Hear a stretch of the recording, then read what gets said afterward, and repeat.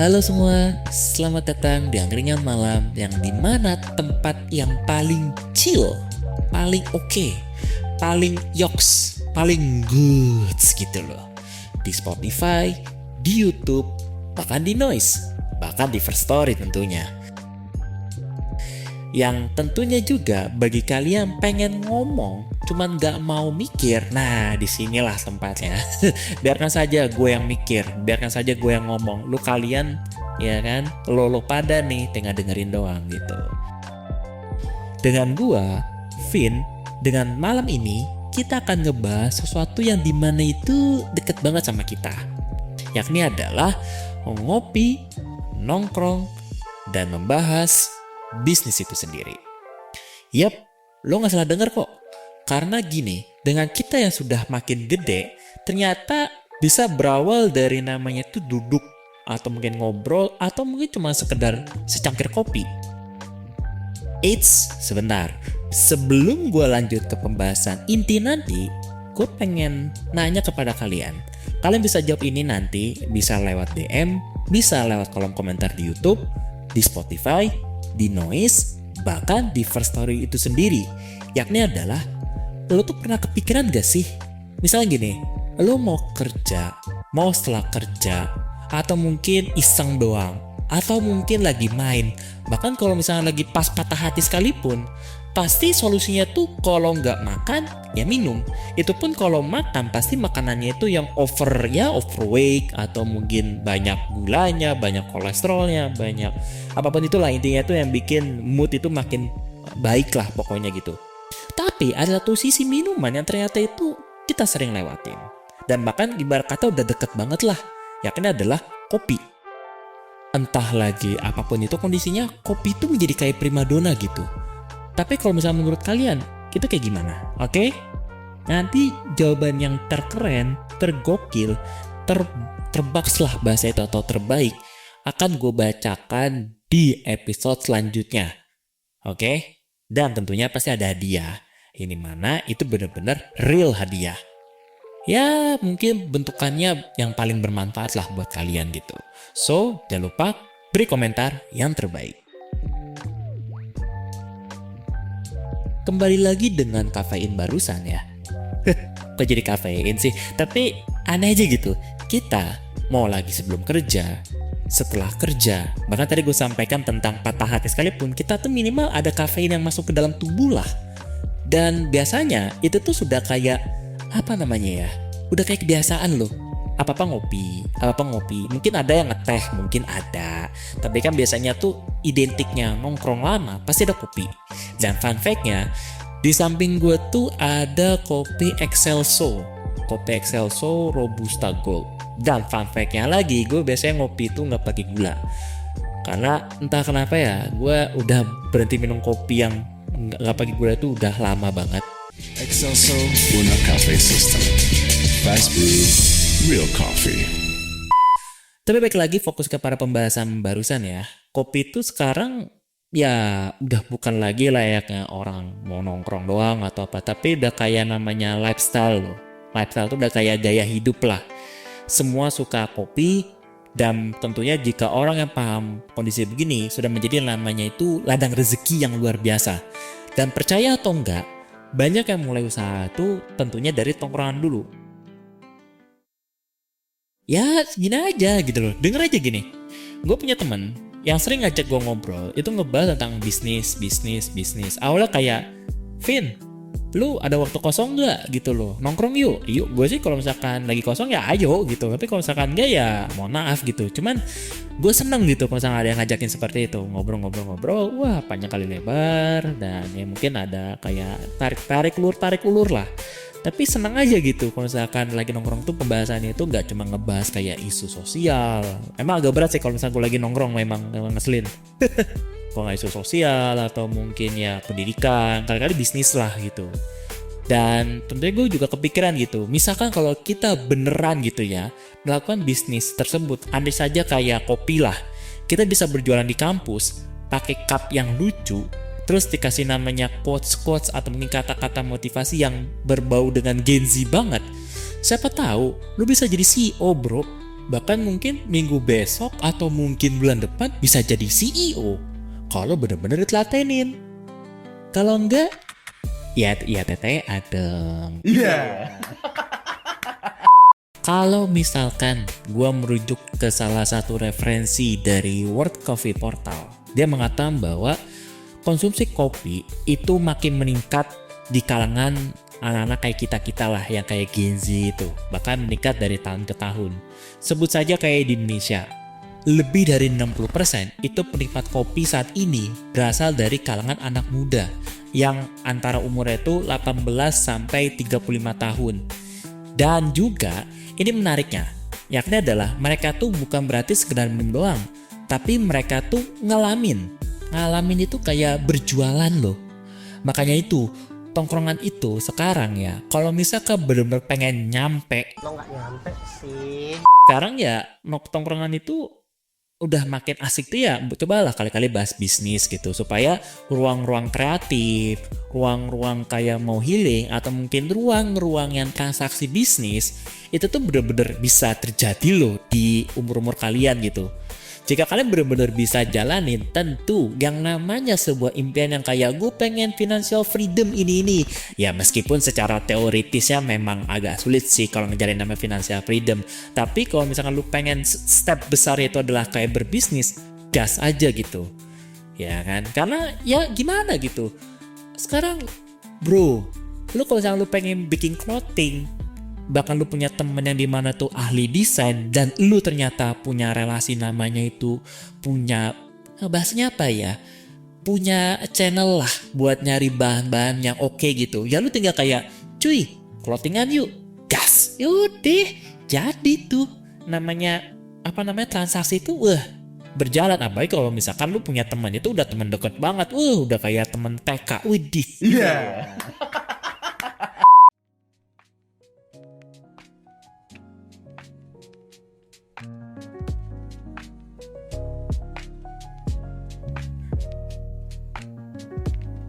Jadi begini teman-temanku, ada sebuah teori menarik yang dimana itu berasal dari dunia ekonomi inilah, perilaku lah sebut saja. 2 hari yang lalu lah gue nemu gitu, yakni nama teorinya itu adalah the symbolic consumption. Secara gampangnya teori itu mengatakan bahwa kita tuh gak cuman beli barang karena fungsinya doang, tapi juga karena simbol sosial yang melekat. Sebut saja kayak ngopi. Buat sebagian orang, itu bukan cuma soal kafein doang, tapi juga soal identitas. Kalau lo ngopinya itu di pinggir jalan, berarti lo disebutnya itu humble atau grassroots. Kalau lo ngopinya di tempat fancy, atau mungkin kayak latte art yang mungkin bentuknya kayak burung Garuda, bisa jadi lo tuh anaknya startup, atau mungkin anak senja, anak UI, atau mungkin anak yang mahasiswa akhir lagi pengen cepat lulus kayak lo pada. Kayaknya cepetan lulus, buruan, woi lulus. Dan percaya atau enggak, dari simbol-simbol ini, ekonomi lokal tuh bisa berjalan. Bayangin aja nih, satu cangkir kopi yang lo minum di tongkrongan, itu ada namanya rantai panjang ekonomi yang dibaliknya. Sebut saja gini, petani kopi, pabrik pengelola, reseller online, barista, bahkan tukang sablon gelas plastik. Ya kan? Gini aja deh, saat tadi gue sebut tuh, petani kopi, pabrik pengelola, reseller online, barista, atau mungkin tiketnya tuh si tukang sablon cangkirnya itu. Kalau misalkan di rantai-rantai ini tetap dijaga, yang namanya UMKM itu bisa goalsnya tuh gede bro. Bayangin aja sekarang, kita lihatlah UMKM kita tuh sudah mencapai 66 juta. Ini menurut IKADIN. Ya, itu dari UMKM Indonesia gitu. Itu sudah 66 juta. Bayangin jika itu tetap dijaga, bahkan sampai diberikan nama inovasi, atau mungkin tingkatnya adalah make a some be good, sebut saja gitu ya. Yang namanya goals Indonesia Emas tuh nyampe bro. Ingat, Indonesia Emas tuh gak cuma soal kayak lu bangun SDM, lu bangun ini, bangun itu. Gak gitu juga. lu bangun ekonomi yang kuat banget, itu naik pendidikan tuh bisa tercapai bro. Kita pakai analogi yang gampang aja. Jika lo kaya, lo itu pasti namanya pengen bimbel, pengen coba universitas A, I, U, E, O sekalipun, lanjut S2, wih gampang bro. Tapi dengan catatan, lu benar-benar telaten dan rajin dan pengen diniatin. Tapi kalau misalkan lu leha-leha, maunya itu ngangkang-ngangkang, maunya itu ya ada namanya rezeki dari atas jepret 5M, ya nggak bisa bro, Stop it. Get some help. nggak bisa gitu, nggak nyampe gitu. Lu tuh nggak nyampe. Makanya tuh kalau misalnya kita bener-bener jaga ini rantai namanya, yang gue sebut tadi lah, dari petani kopi sampai tukang sablon itu, niscayalah nama Indonesia Emas tuh nyampe. Tapi kalau benar-benar disupport, kalau tidak ya kayak ucapan si beliau aja ngomong apa, kita akan bangun 19 juta, mana 19 jutanya coba, Maneh. Jika agenda hilirisasi, pemerataan pembangunan, transisi menuju energi hijau, ekonomi kreatif, UMKM bisa kita kawal, insya Allah akan terbuka 19 juta lapangan pekerjaan untuk generasi muda dan kaum perempuan. Jadi bro and sis, kalau lo mikir kalau ngopi itu cuma soal kayak kafein biar melek doang, lo harus mikir ulang lagi deh. Karena di balik segala kopi, ada budaya, ada ekonomi, dan ada peluang. Yang lo kira cuma kayak nongkrong doang, yang kayak buang-buang waktu, ini itu. Kalau bener-bener topik pembahasannya bener dan mungkin agak sedikit bridging ke arah masa depan yang bener-bener konkret dalam bentuk adalah praktik nyata, sebut saja kayak bisnis, itu yang namanya masa cerah tuh nyampe bro. Ingat oleh Romano bilang apa? Nyampe gitu loh, nyampe pokoknya mah. Tapi ada sebuah cerita nyata, yakni gue sebut saja lah, gue ambil contohnya itu di kota Purwokerto.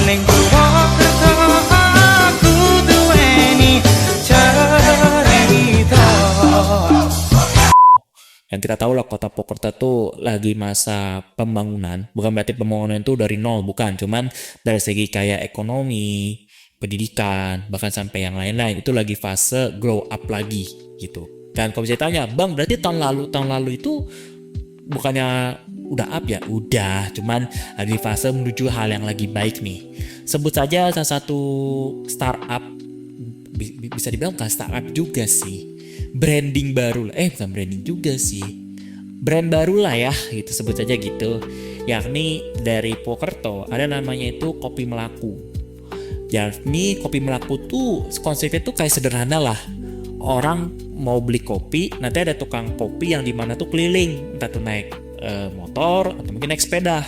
Biasanya itu muter lah, atau mungkin berkeliling di sekitar kampus, atau mungkin alun-alun, atau mungkin ya pinggir-pinggir jalan lah pokoknya.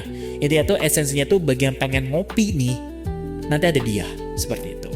Jadi misal nih, lo pengen ngopi tapi nggak mau ribet, ya udah lo tinggal cari aja tuh Kopi Melaku gitu, yang dimana nanti ya beli gitu. Dan fun fact-nya, harga Kopi Melaku itu murah-murah kebanyakan, yakni rank harganya itu dari harga ya 7.000 atau 8.000 sampai 18.000 lah.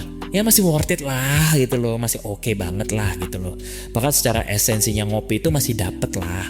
Atau mungkin kayak lu butuh ngopi buat nanti sore, bisa lu tinggal cari aja Kopi Melaku, gampang kan gitu. Dan juga biasanya ya, ini sekali lagi gue di sini bukan mau ngepromosiin, cuman gue pengen ngangkat kisah nyata aja nih.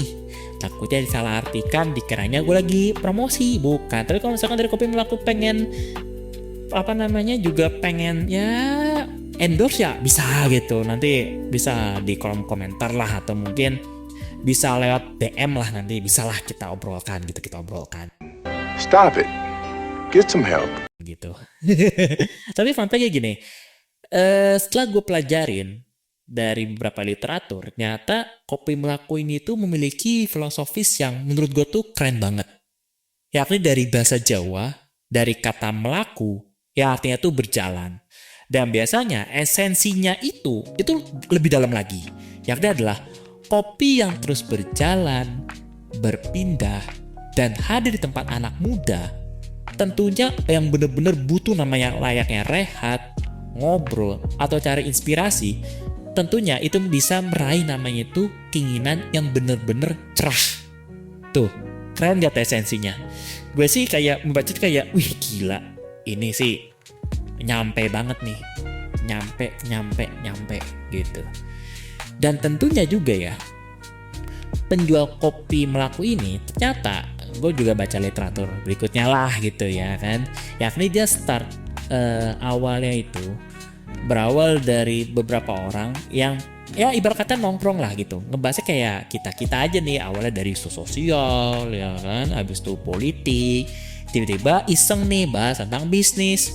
Terlebih lagi yang dihadapkan kan kayak keresahannya, kalau dalam literatur itu mengatakan bahwa kopi itu biasanya itu identik dengan layaknya kafe ya kan, kafe habis itu mahal dan tentunya itu harus pergi dulu ke tempatnya dulu gitu, sebutnya kayak kafe barusan gitu yang entah itu fancy atau mungkin yang nggak fancy sekalipun.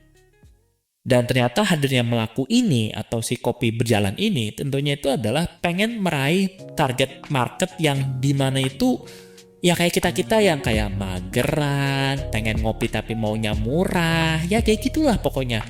Dan hadirnya itu memang cocok gitu loh. Dan ditambah lagi dengan kopi Melaku katanya sudah sampai ada ratusan unit yang sudah bergerak gitu ya. Itu udah kayak oke banget. Dan fun fact-nya lagi, ternyata dari fenomena ini, ternyata di kota-kota besar sebut saja kayak di Jakarta, Bandung, apalagi Malang, Jogja, itu ternyata sudah ada kopi keliling. Tapi di sini tuh bukan kopi keliling yang kayak bawa blender atau mungkin bawa mesin kopi yang digiling, bukan, tapi emang pure kopi yang udah jadi, ya kan? Bahasanya tinggal diminum doang lah gitu loh. Itu udah ada sekarang, udah banyak. Sebut saja kayak Calf. Sebut saja ini kopi Melaku. Ada satu lagi nama kopinya tuh apa ya? Aduh, gue lupa lagi. Pokoknya ada gitu di daerah kota-kota yang tadi gue sebut barusan gitu. Itu ada gitu. Dan itu baru keluar itu di akhir tahun 2024. Bayangin aja ya sekarang. Fenomena seperti itu ternyata sudah banyak nih. Nah kita yang anak muda tentunya kan melihat bahwa ini adalah pangsa pasar yang cukup oke nih.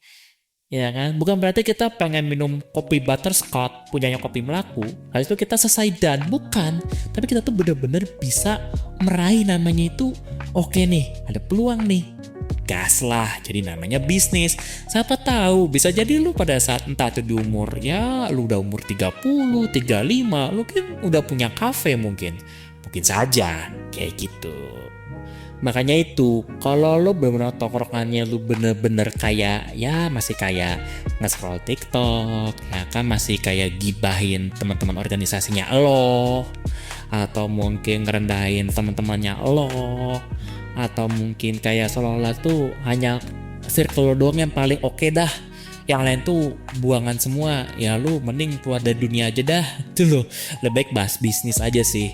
Sekarang gini aja deh, banyak sekali lah anak-anak muda sekarang tuh udah jadi udah jadi sukses lah gitu.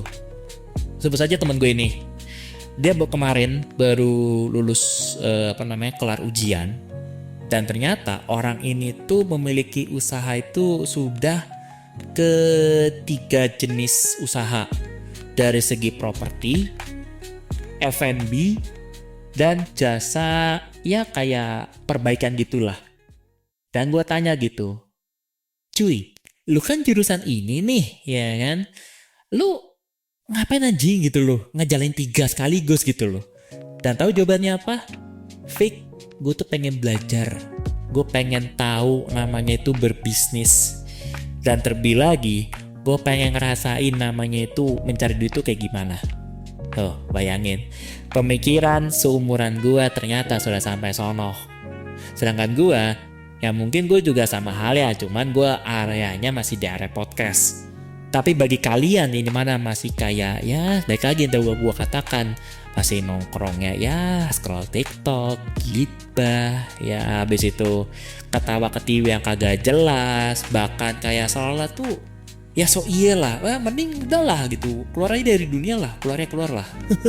Capek kasihan, nanti yang namanya Indonesia cerah tuh jadi nggak cerah gitu. Kasihan gitu, nanti bapak ketua yang di atas ngomong gini, saya melihat atau saya pada saat lagi bangun, saya tuh melihat Indonesia cerah. Wah. Ya, saya kalau dia memang merasa gelap ya itu hak dia. Tapi kalau saya bangun pagi saya lihat Indonesia cerah, iya kan? Kalau saya ketemu petani gembira, harga pangan peningkatan hasil mereka naik secara drastis, produksi naik secara drastis. Kita potong semua regulasi yang nggak benar, kita sederhanakan.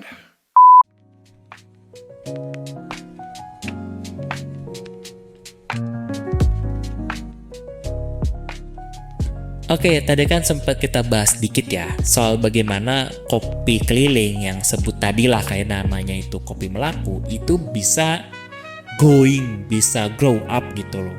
Awalnya kayak begitu menjadi kayak sekarang gitu. Nah sekarang kita lebih bagaimana tuh how to be step like that lah, atau kayak melangkah seperti itu.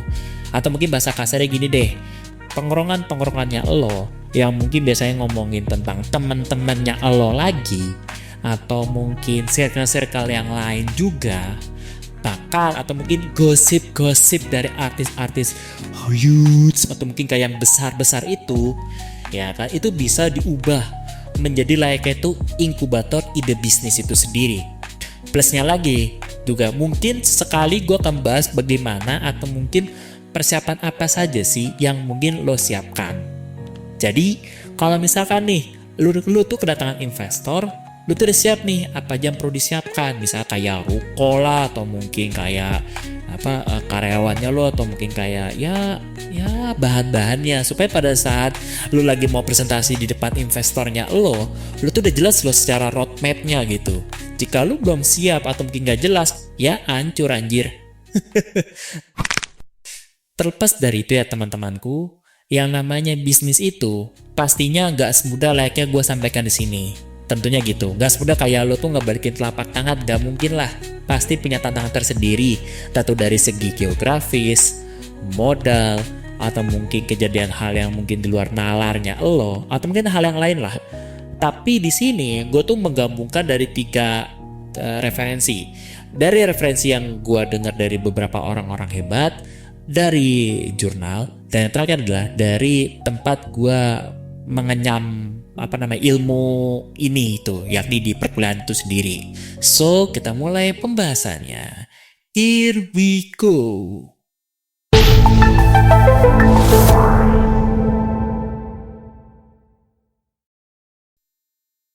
Oke, untuk mekanisme step by stepnya, yang pertama adalah validasi cepat di tongkrongan.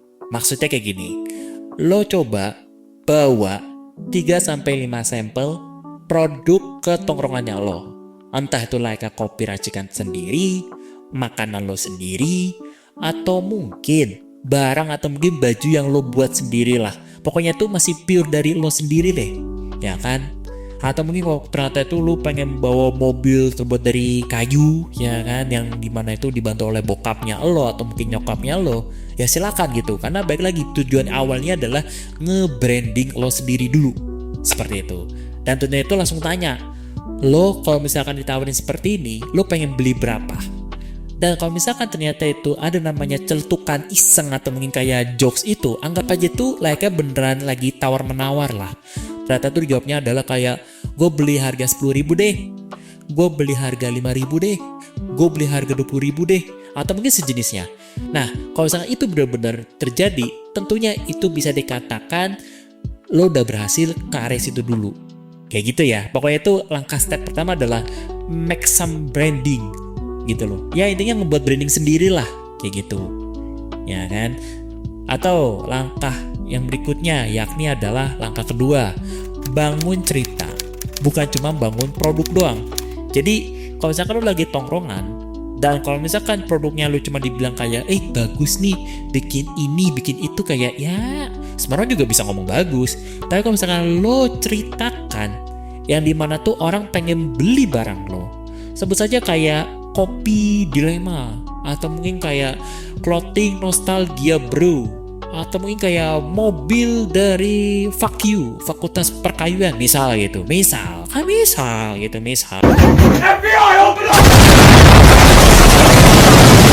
Tentunya itu bisa mengangkat brandingnya lo. Dan terlebih lagi jika lo benar-benar punya fanbase TikTok, atau mungkin YouTube, atau mungkin Instagram, atau mungkin yang lain, itu akan menjadi kayak modal awal banget lah. Syukur-syukur lo tuh gak harus beli followers atau mungkin apa. Lo tinggal manfaatkan media sosial yang sudah lo bangun sebelum lo berbisnis. Tentu itu akan menjadi sebuah senjata yang bagus. Terlebih lagi lo bener-bener angkat yang bener-bener objektif, ataupun bahasa halusnya itu kejujurannya lah. Misalkan kayak ini kopi ini terbuat dari biji kopi ini, habis itu dibakar atau mungkin disangrai atau mungkin apa, baru digiling selama berapa jam, habis itu ini. Pokoknya tuh kejujuran tuh paling penting lah, karena namanya bisnis tuh ya penting gitu. Dan tentunya yang namanya hal tersebut itu akan bisa tercapai. Namanya itu kayak oke nih, sudah tanda kedua nih, tempat gua atau mungkin barang gua tuh berhasil gitu. Pokoknya itu lu tuh bener-bener menceritakan barang yang lo, dan orang tuh kayak pengen siap beli. Kalau misalkan sudah sampai ke titik itu, tentunya tanda berhasilnya itu sudah kesana loh. Syukur-syukur ternyata lu udah sekalian mempraktekkan, jos banget gitu. Itu udah bener jos banget.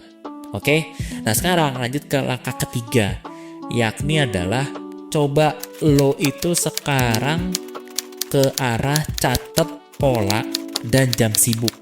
Maksudnya gini, lo tuh pantau kapan teman-temannya lo tuh paling sering nongkrong, atau mungkin kayak ya sebut saja kayak habis kelas, atau lagi pas malam, atau lagi pas weekend, atau mungkin lebih gampangnya lagi malam minggu lah.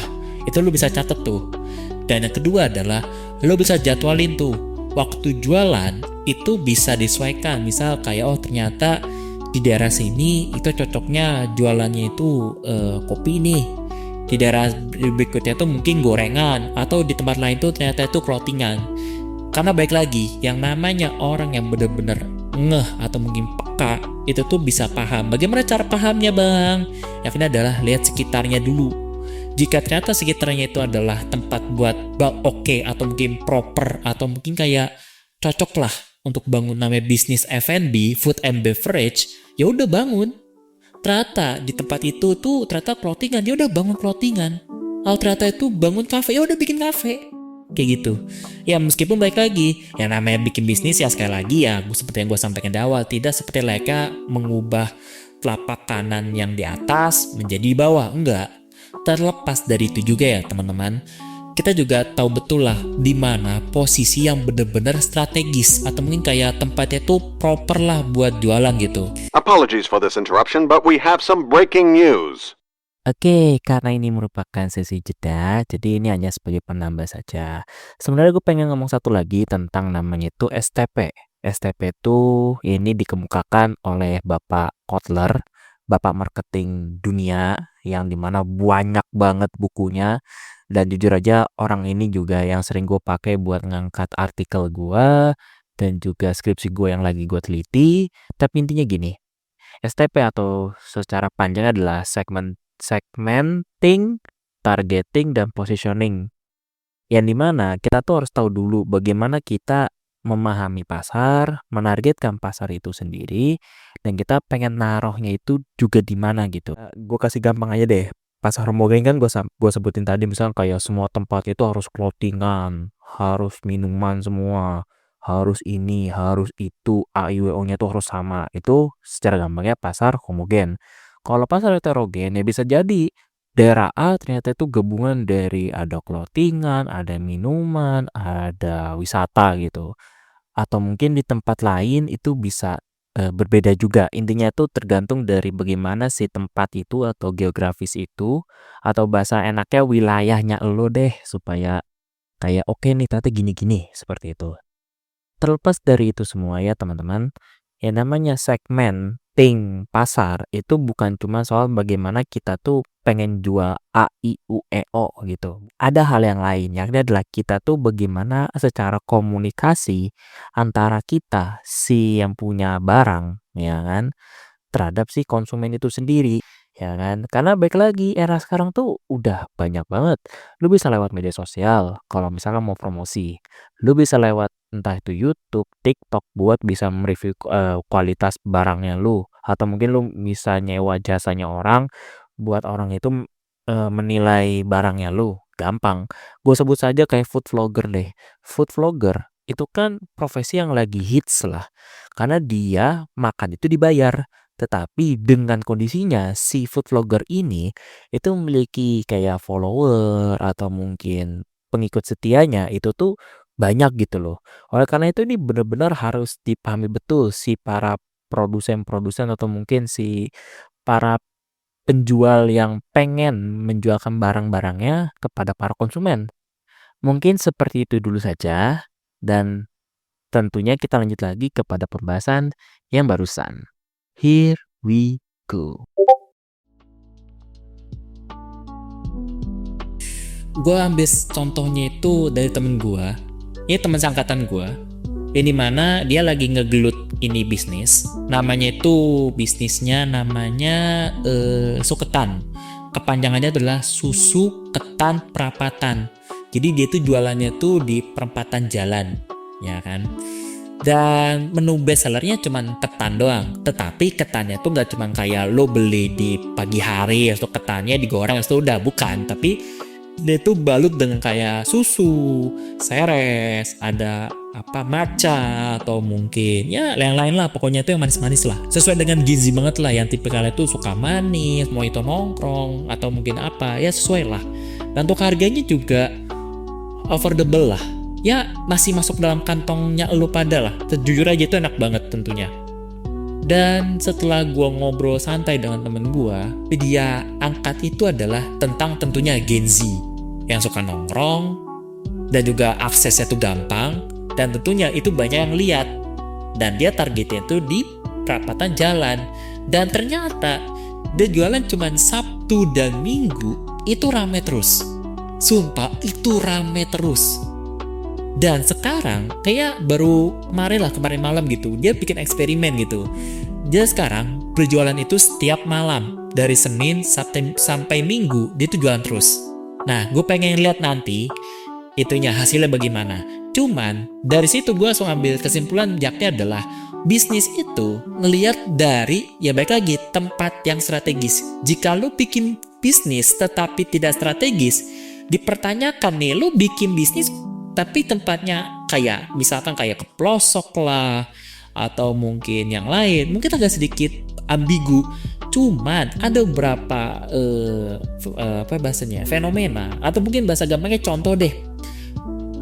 Ini juga salah satu dari temen gue pernah nge-review lah sebuah cafe yang ada di Purwokerto, dan ternyata si cafe ini tuh posisinya itu di deket apa namanya, salah satu curug lah. Jadi mau deket curug itu tuh cuman 10-15 menit lah. Itu deket banget. Dan ternyata dia menggunakan salah satu elemen yang paling penting dari namanya promosi, yakni adalah mengoptimalisasi media sosial plus Google Map. Nah, apa sih korelasinya antara lokasi dengan Google Map? Karena kita tahu dengan Google Map kita bisa tahu betul posisi, lokasi, dan track jalan yang kita lalui.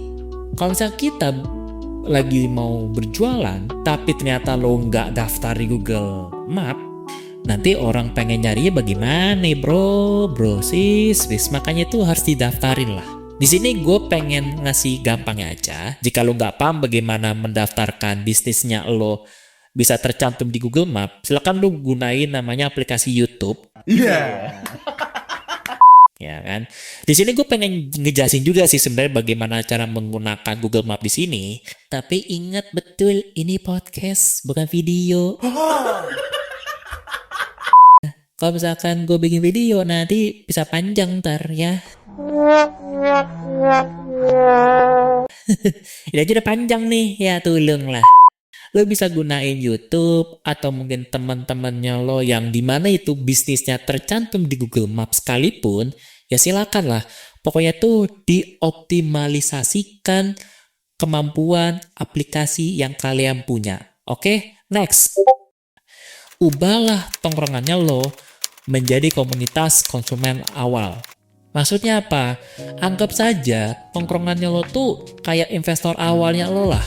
Misal kayak kasih diskon first batch, tanya feedback secara jujur, dan libatkan mereka itu ke dalam kayak brainstorming atau mungkin apa supaya bisa membangun bisnisnya lo tuh bisa kayak cemerlang lo. Syukur-syukur dari hasil tongkrongannya lo, ternyata lo tuh punya gebrakan-gebrakan yang dimana itu bisa berdampak kepada bisnisnya lo. Sebut saja adalah tongkrongan ABC gitu. Tongkrongan A ini tuh punya bisnis pecel lele. Tongkrongan B itu bisnisnya itu balsem, ya kan. Tongkrongan C itu susu, ya kan. Si pecel ini itu tuh sering memberikan inovasi, ya kan. Tetapi inovasinya itu tidak relate. Misal kayak jualan pecel itu tuh harus diadakan namanya tuh daging megalodon, misal gitu. Dan harus dengan harga itu pricey biar untung. Itu misal di tongkrongannya A. Tongkrongannya B karena balsam, berarti dia menargetkannya kan harusnya kan ke orang-orang yang emang butuh balsam kan. Tapi dia malah nargetnya kemana? Sebut saja kayak, oh ini balsam ini targetkan kepada para dosen nih, para dosen muda. Supaya pada saat ngajarin tuh bisa, badannya bisa relax lah. Mungkin pada saat lagi presentasi atau apa gitu. Kamisal gitu.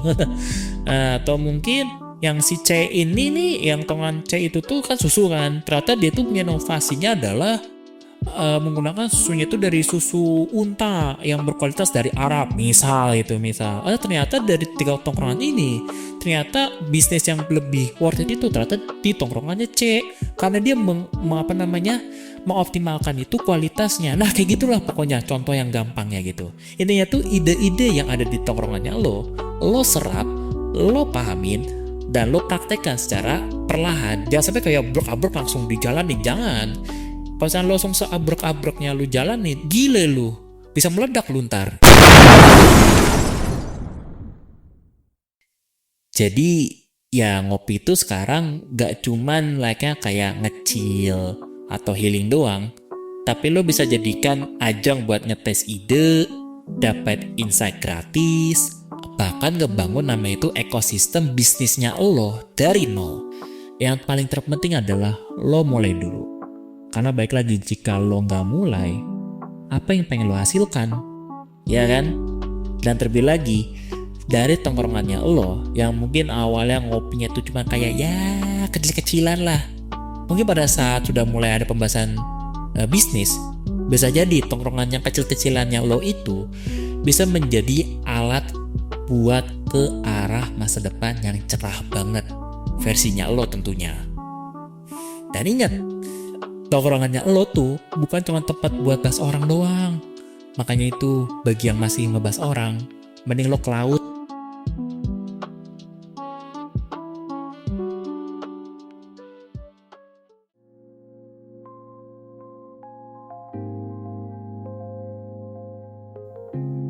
Terlepas dari itu ya teman-temanku, namanya kopi itu bukan sekedar kayak ya lu kopi Robusta, Arabica, atau mungkin hitungannya itu ya 1 shot, 3 shot, 6 shot, bukan. Tapi kopi itu layaknya itu sebuah jembatan yang hangat dan bikin tuh terngiang, karena namanya obrolan itu sangat penting. Dan tentunya lo inget gak, lo terakhir ketemu teman lamanya lo tuh ngebahas bisnis itu kapan? 3 bulan yang lalu kah? 5 bulan yang lalu kah? Atau 1 tahun yang lalu? Jika itu benar-benar terjadi di hidup lo, please, lo coba balik lagi ke teman-temannya lo itu. Karena bisa jadi dari hasil orang-orang yang sudah jalanin hidupnya seseorang, atau mungkin kayak udah punya pengalaman hidup lah, kayak gitu, tentunya pasti punya inovasi-inovasi yang cukup luar biasa. Yang dimana tuh bisa ngebangun bisnisnya lo itu ke arah yang cukup fundamental, ya kan? Karena baik lagi, kopi itu cuman layaknya sebuah media Dan hasilnya itu lagi ngobrol. Outputnya setelah lu praktekin.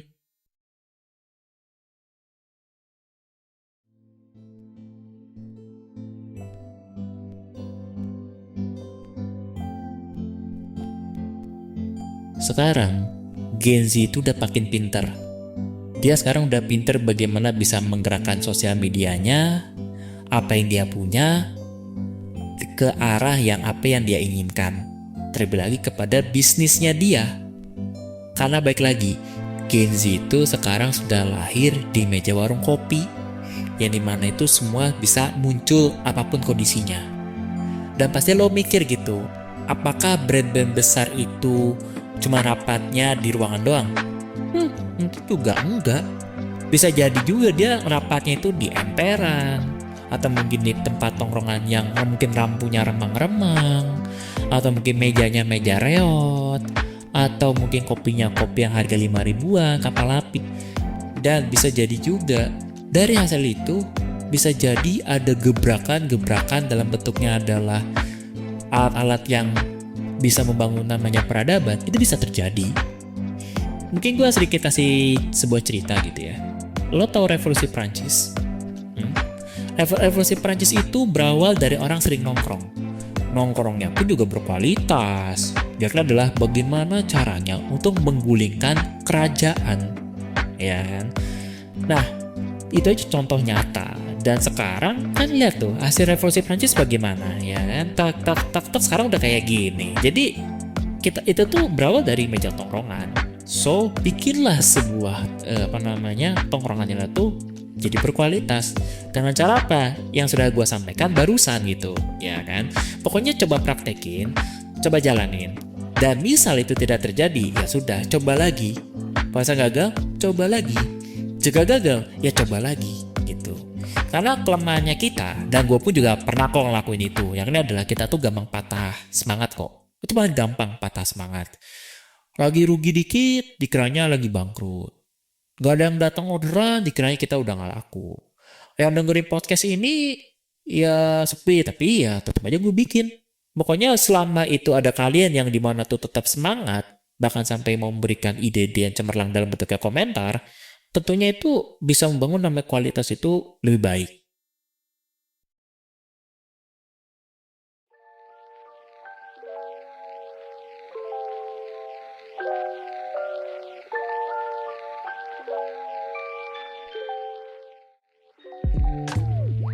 Dan yang paling keren adalah lo nggak harus tunggu punya modal dulu yang gede baru mulai. Tapi yang lo butuhkan adalah lingkungan yang mendorong, obrolan yang jujur, dan keberanian buat ngegas ide-ide yang baru sudah disampaikan di dalam forum tongkrongannya lo. Jadi, mulai sekarang, pas lo nongkrong, pas lo ngopi, coba pikirin ini. Bisa jadi, ini bukan cuma tentang santai-santai doang, tapi momen untuk ngebangun namanya sebuah masa depan yang cerah. Dan kalau emang ada ide yang bener-bener muncul secara pure kejujuran teman-temannya lo, atau lagi iseng atau lagi bercanda, silakan lu pada catat, simpen, ulik, dan praktekin. Karena kadang yang lo butuh tuh mungkin cuma kopi dan momen.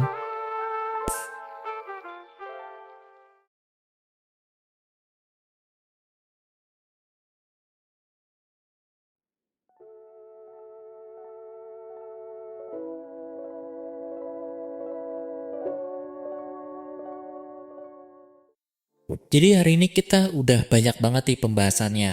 Mulai dari nongkrong, yang bisa jadi ajang inkubator bisnis, nge-branding diri lo lagi, sampai bagaimana kopi itu jadi kayak pintu awal deh, atau mungkin langkah besarnya lo untuk bikin sebuah usaha kecil yang bisa berdampak besar. Tapi yang paling penting adalah bukan tentang kopinya, bukan juga tentang tempatnya, tapi tentang cara lo melihat momen, menangkap peluang, dan ngegas ide itu. Terlebih lagi bisa dipraktekkan secara langsung dalam hidup lo tentunya. Ingat, banyak banget hal yang besar lahir dari hal yang sederhana. Dan bisa jadi, tongkrongannya lo yang mungkin terjadi di minggu ini, atau mungkin minggu kemarin, atau mungkin malah kemarin malam, bisa jadi sebuah titik awal perubahannya lo untuk 5 tahun ke depan. Jadi, mulai sekarang, jangan cuman duduk doang. Coba deh lu pada observasi, dengerin, catat, bergerak. Karena Gen Z sekarang itu bukan lagi menjadi sebuah generasi yang cuman rebahan doang kok. Tapi generasi yang bisa ngebangun masa depan yang cerah dan tentunya bisa mencapai misi Indonesia Emas 2045 itu sendiri.